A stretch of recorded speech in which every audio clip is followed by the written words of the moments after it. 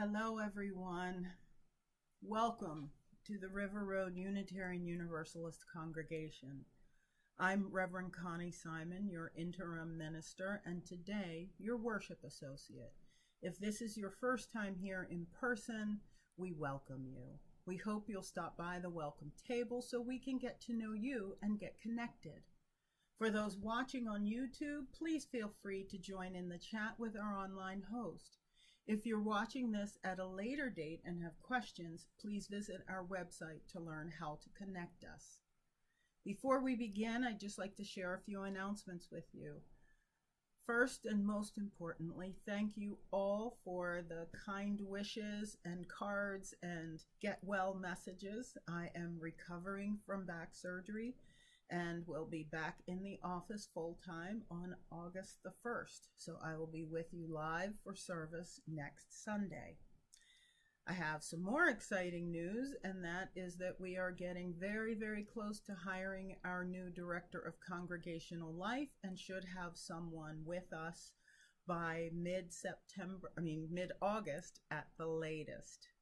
And finally, next week is the West Virginia service trip. So let's give good wishes and thoughts for a safe and productive and wonderful learning experience to those who are going on our trip this week.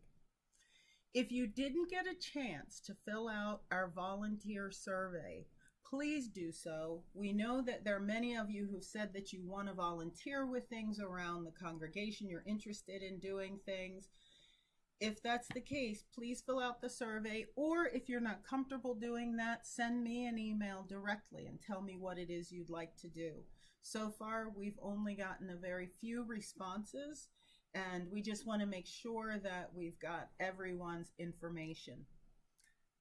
Finally, I may have said finally, but now it's really finally, we are going to be moving forward with the implementation of the Realm it's church management software program that will replace ACS. So many of you are familiar with the Church Life app that you may have on your phones. We'll now have a new app that will be Realm Connect, and we'll be working with you and giving you more information on that in the coming couple of weeks. So keep your eyes on the eWeekly for that. Details of all our programs and upcoming events can be found on our website at rruuc.org. Please now join me in getting centered for this morning as we light our chalice with these words by Reverend Rebecca Savage. Welcome, beloveds, welcome. We come to spiritual community this morning with many hopes in our hearts. The hope for inspiration, the hope for comfort, the hope for renewal. In this time and space, may inspiration water our thirsty souls. In this time and space, may comfort blossom in the gardens of our hearts and bring us sweet relief. In this time and space, may renewal course through us, as electric as a surge of energy, as serene as a nourishing meal, as contagious as joy, and bring us vitality and rejuvenation. May our time together honor all the hopes we hold within. May our time together bless us with the gifts of inspiration, comfort, and renewal. Let us worship together.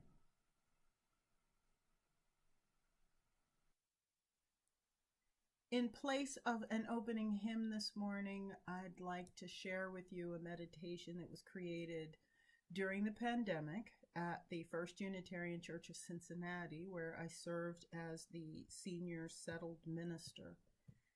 This meditation features the photographs, some photographs taken by our office administrator at the time, was Susan West, who has since passed away, unfortunately, and features music by one of our youth at the time, Park Dendy.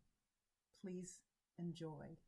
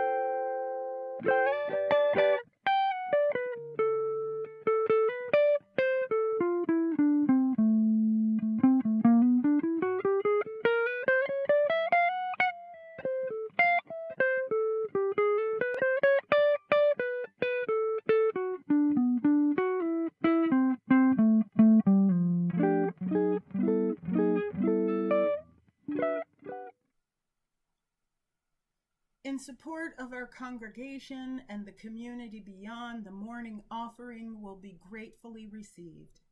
We do so mindful of the fact that we draw water from wells we did not dig and pick fruit from trees we did not plant.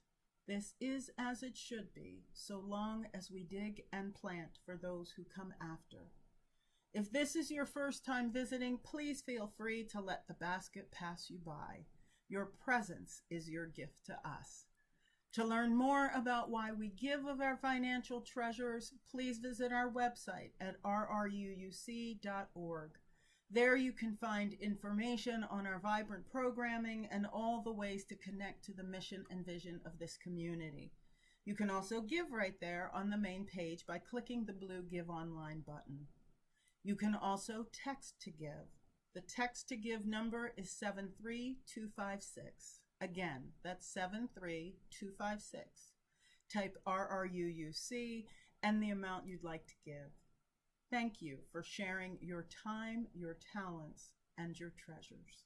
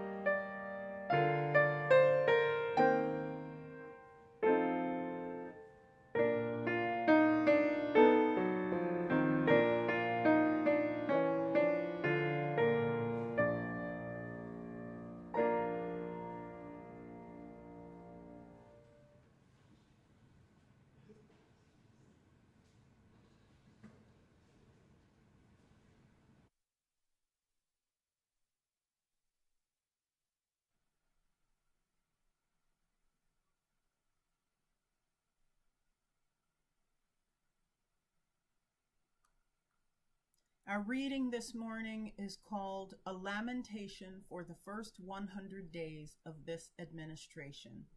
It was created by the organizing strategy team for Side with Love. Spirit of life, we gather with hearts broken open, souls aching by the weight of the world, by the wounds of history, by the cruel persistence of injustice. How long, O Spirit, must our bodies be made into battlegrounds? How long must the earth be sacrificed at the altar of profit? How long must we abide by an economy of disposability, where Black, Indigenous, people of color, transgender, and disabled lives are traded for another's right to exist, another's claim of safety? How long must this world run on stolen labor, stolen land, and stolen lives for the sake of greed and the lie of supremacy? We lament the silence that has stretched too long, the complicity woven into our comforts, the slowness of our response when urgency was demanded. We grieve the gap between our values and our actions, between the pragmatic and the prophetic. Forgive us for the times we have turned away. Forgive us when we've mistaken quiet for peace and civility and decorum for justice. But let this lament not be the end. Let our sorrow carve space for resolve. Let our tears water the seeds of uprising. Let our faith rise from the ashes, not innocent, but braver, wiser, more centered in love. May we be a people who side with love. May we be a people who disrupt, who dismantle, and who dream. May we be a people who remember that we are always on the horizon of transformation, and there may we greet our collective liberation. May it be so, blessed be, and amen. We are gathered here this morning in a spirit of both courage and humility.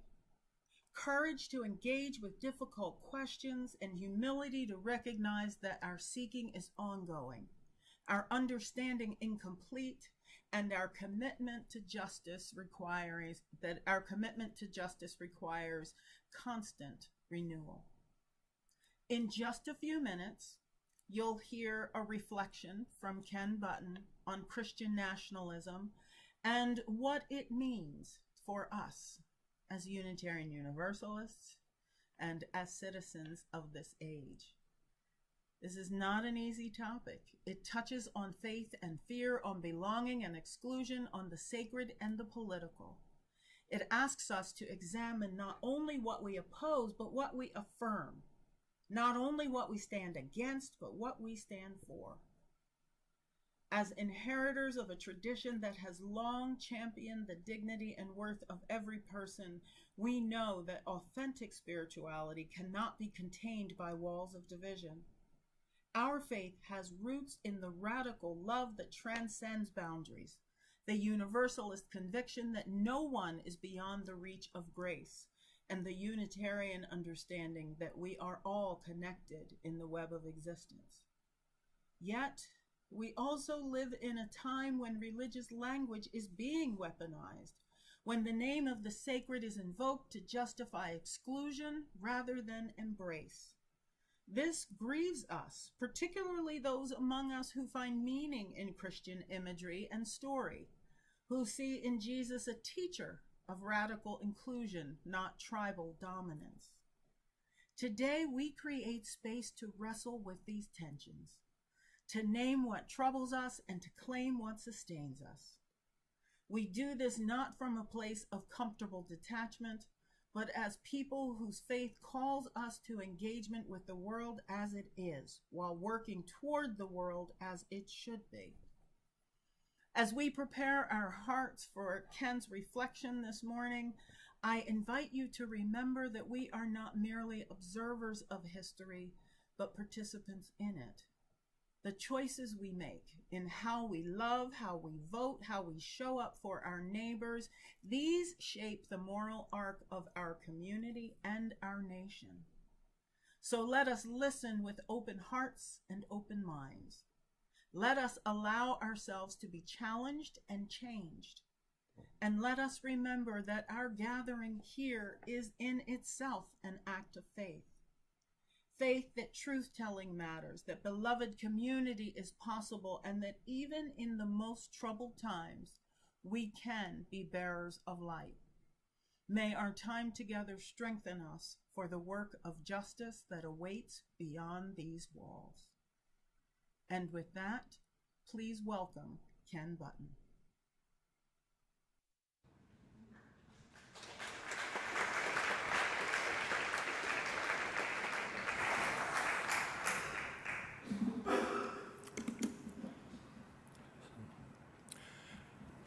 Good morning.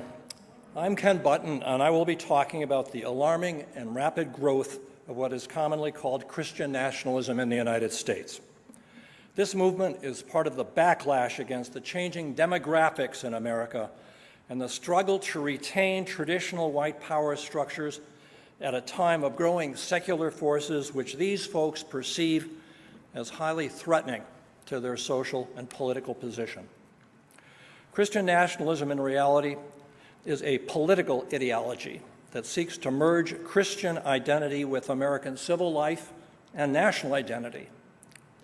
It asserts that the United States was founded as a Christian nation and should continue to be governed according to what its proponents see as biblical principles. Its version of Christianity should have a privileged position in public life, and the United States should be explicitly Christian in governance. In reality, however, Christian nationalism is relatively little about Christianity and a lot about securing political power. A core claim of Christian nationalism is the false belief that the United States was founded as a Christian country. In fact, it was not. In writing of the U.S. Constitution and the Bill of Rights, an important concern of the Founding Fathers was to ensure full religious liberty for all, especially given our colonial history of conflict and persecution among the many contending religious denominations. This is why, in contrast to all of the European powers, the U.S. Constitution was the first and only founding document to be explicitly secular, with no established church. There is no mention of Christianity, Jesus, God, or the Bible. It is a secular document. The only mention of the word religion in the body of the Constitution was to keep religion out of government, as Section 6 states, "No religious test shall ever be required as a qualification for any federal office." The only other mention of the word religion occurs in the First Amendment, stating, "Congress shall make no law respecting an establishment of religion or prohibiting the free exercise thereof." This is the basis of the wall of separation between church and state as memorialized by Thomas Jefferson. Note the two parts. First, the bar against establishment, and second, the separate protection for free exercise. You may have heard of some of the following movements, which are among the most widely identified within Christian nationalism. They tend to have overlapping memberships and goals. Dominionism can be summarized as the theocratic idea that Christians are called by God to exercise dominion over every aspect of society by taking control of political and cultural institutions such as government and education. Its prime goal is to promote its supremacy over other religions and other versions of Christianity. It insists on the theocratic view that political legitimacy can only come from God, and the so-called biblical law, not the Constitution, should be the law of the land. To be clear, if political legitimacy comes only from God, who is God's spokesperson as to which government leaders should be legitimate? Not surprisingly, it's the Christian nationalist church leadership. And who chooses that church leadership? It won't be you or I. The Seven Mountains Mandate, named after a biblical reference, provides a more detailed strategic plan for achieving the dominionist vision. It articulates the goal of achieving dominion over what it terms the 7 critical peaks of modern culture: government, business, media, education, entertainment and arts, family, and religion. The New Apostolic Reformation incorporates dominionism and the Seven Mountain Mandate's structure with a particular biblical perspective and overtly seeks political power to achieve its goals. Just as a reminder, in contrast to our Declaration of Independence and Constitution declares that the source of our political legitimacy is not God, but rather we the people. Christian nationalists share a number of specific social and policy objectives that may be familiar to you. As shown in the slide, they are anti-abortion, anti-feminist, anti-LGBTQ, anti-racial justice DEI policies, seeking to Christianize U.S. public schools, advocating censorship of books in public and school libraries dealing with race and LGBTQ topics, seeking repeal of the IRS restriction on church political lobbying from the pulpit. Although there are a large number of individual organizations supporting Christian nationalism, it is important to note that this is largely a top-down movement, with funding predominantly originating from a web of powerful, extremely conservative sources. Scholars of this movement suggest that it is useful to follow the money. The Supreme Court has been the focus of Christian nationalist activism for years. With the creation of the Trump-appointed conservative 6-3 supermajority, however, Christian nationalist influence in government has grown exponentially. If there's a theme in the conservative majority's rulings as to the First Amendment, it appears to be that the free exercise clause is dominant and should be interpreted very liberally, but the establishment clause should be interpreted very restrictively. In other words, the First Amendment is interpreted as operating only in one direction. The slide lists a few cases about which you may have heard. However, close to home, the Supreme Court recently ruled in favor of a group of Montgomery County parents assembled by the organization Moms for Liberty, who wanted the right to opt out their kids from school curriculum topics that they claimed violated their religious beliefs. In this case, anything related to LGBTQ. At the state government level, there have been too many legislative advancements for Christian nationalism to list here.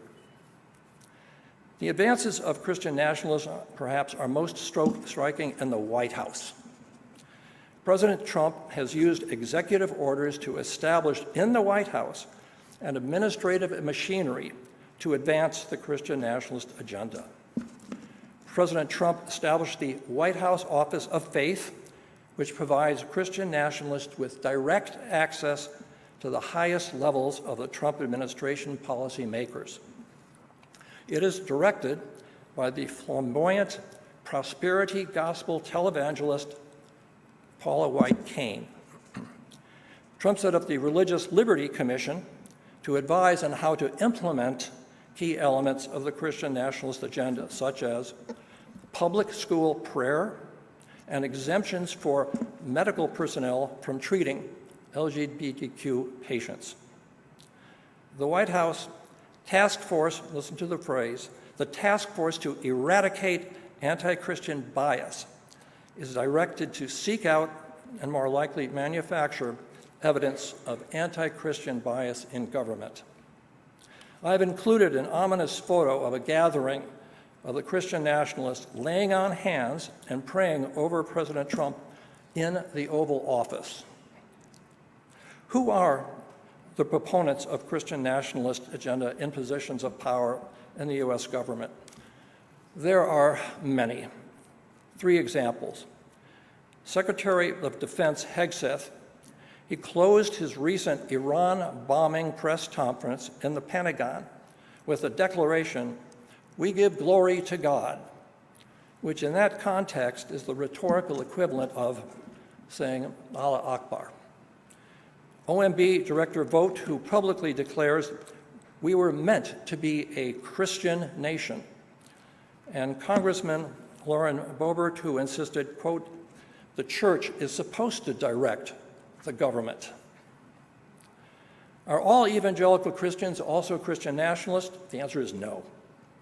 Most avowed Christians are not Christian nationalists. Indeed, as shown in this slide, many mainline Christian religious organizations actively oppose the political power grab of the Christian nationalists. It's difficult to estimate with precision the number of Christian nationalist supporters. However, in a large sample survey in 2024, The Public Religion Research Institute found that about 30% of Americans were either adherents or sympathizers of Christian nationalism. Not surprisingly, they tend to be concentrated politically among Republicans and geographically in the more conservative Republican-dominated states. Note, the top 5 states have about half of the total population in this group. The more positive news is that there are a number of civic organizations mobilized to counter the advances of Christian nationalist theocracy. A prominent one, founded in 1947, is Americans United for Separation of Church and State, which is a group that I continue to support. Another is the American Civil Liberties Union. Both have been especially active in court, opposing Christian nationalist intrusion into American civic life. If you have concerns about the advances of Christian nationalism, what can you do? Well, your options include making your voice heard to your local public school and library boards, your congressmen, and state delegates. You can also check out the websites of the organizations working to defend the separation of church and state and religious freedom.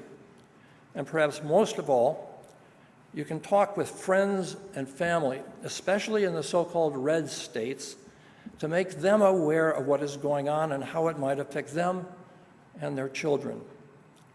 The defense of our religious freedom is in our hands. Thank you.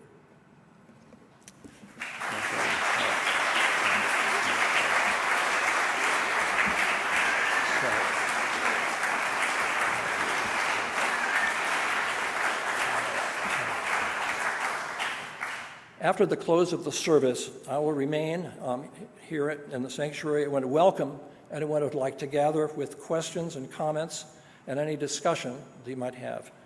Feel free at the end of the service, of course, to go have coffee and continue your day, but if you wish to stay, I look forward to learning your reactions and views. Thank you.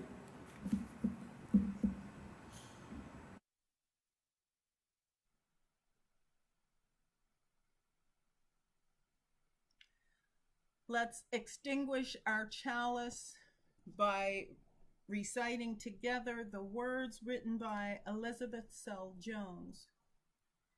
We extinguish this flame, but not the light of truth, the warmth of community, or the fire of commitment. These we carry in our hearts until we are together again. Please rise in body or spirit as you are willing and able to sing our closing hymn, number 128, For All That Is Our Life. And afterward, please stay around if you'd like to have discussion with Ken about his reflection topic today. Thank you all, and I'll see you next week.